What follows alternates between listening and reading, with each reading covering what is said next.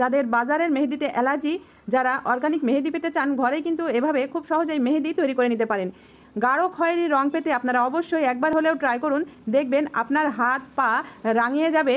এই ঈদে আপনারা অবাক হয়ে যাবেন, এত সুন্দর মেহেদি আপনারা ঘরেই তৈরি করে নিতে পারবেন খুব সহজেই।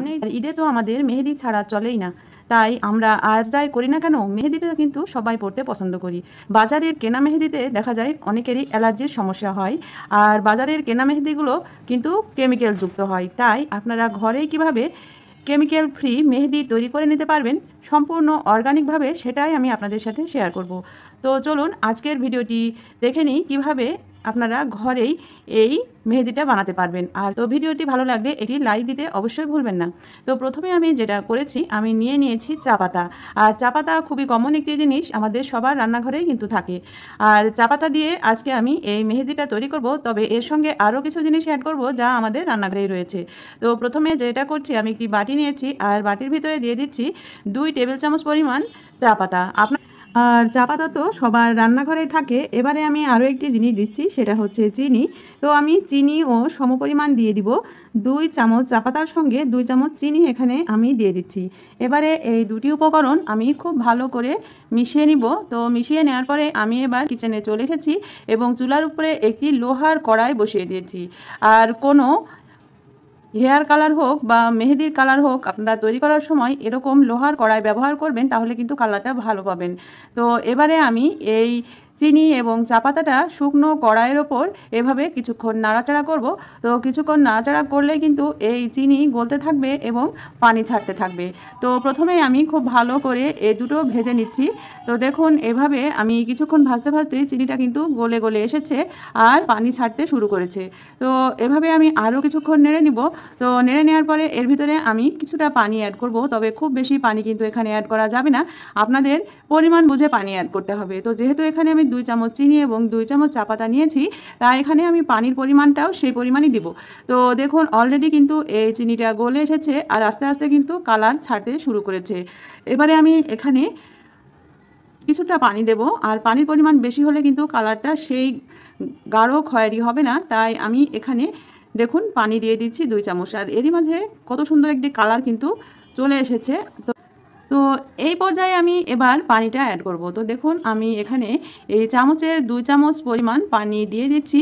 2 থেকে আড়াই চামচ পানি দিবেন, তার উপরে নয় কিন্তু।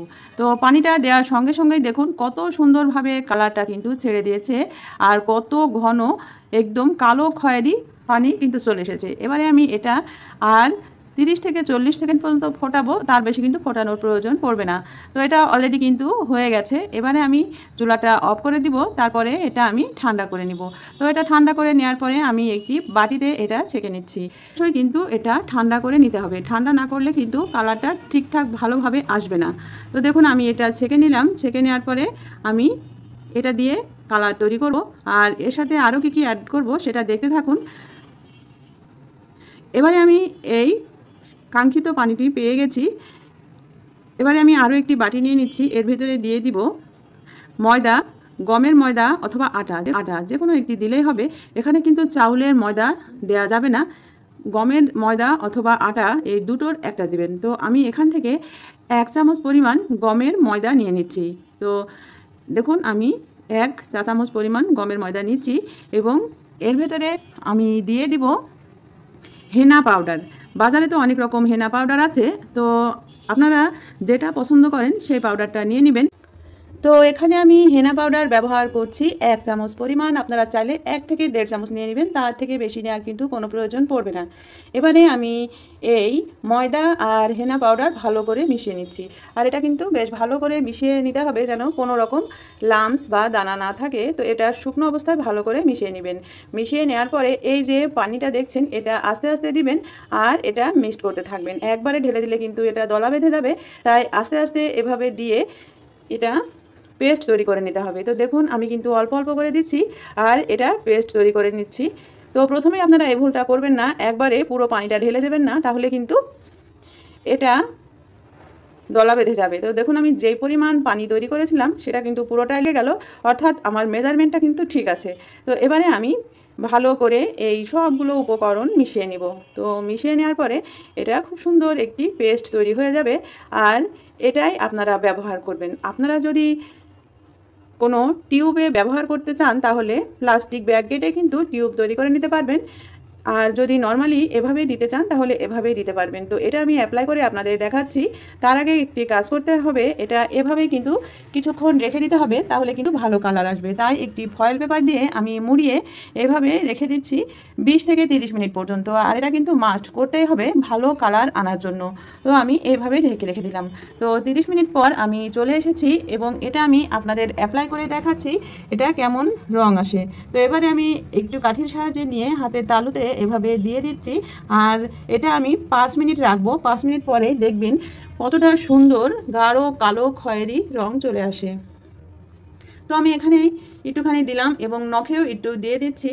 আর এটা আপনাদের সাথে উঠিয়ে দেখাবো যে কতটা পারফেক্ট এবং কতটা সুন্দর রং আসে। তো বাজারের কেমিক্যালযুক্ত কেনা মেহেদি যারা দিতে চান না বা যাদের অ্যালার্জির সমস্যা আছে, দিতে পারেন না, তারা কিন্তু ঘরে এভাবে মেহেদি তৈরি করে নিতে পারেন। তো দেখুন আমি নখেও এভাবে দিয়ে নিলাম। এবারে আমি হাতের তালুর উপরে যেটা দিয়েছিলাম সেটা উঠিয়ে আপনাদের দেখাচ্ছি কতটা ডিপ কালার চলে এসেছে, একেবারে কালো খয়েরি কালার হয়ে গেছে। আপনারা যদি আরও বেশিক্ষণ রাখেন তাহলে কিন্তু আরও বেশি কালার আসবে। তো দেখুন আপনাদের চোখের সামনে এটা আমি দিয়েছিলাম এবং মুছে আপনাদের দেখাচ্ছি এবং আঙ্গুলেরটা মুছে আপনাদের দেখাচ্ছি কত সুন্দর কালার চলে এসেছে। এটা যদি সঙ্গে সঙ্গে এমন কালার আসে, তাহলে যদি আমরা আরও কিছুক্ষণ রেখে দিই তাহলে কিন্তু আরও কালো রং চলে আসবে। তো এবার আমি তালুটা একটু পানি দিয়ে ধুয়ে দেখাচ্ছি। দেখুন কত দারুণ রং চলে এসেছে। আশা করছি ভিডিওটি আপনাদের কাজে দিবে। সবাই ভালো থাকবেন। আল্লাহ হাফেজ।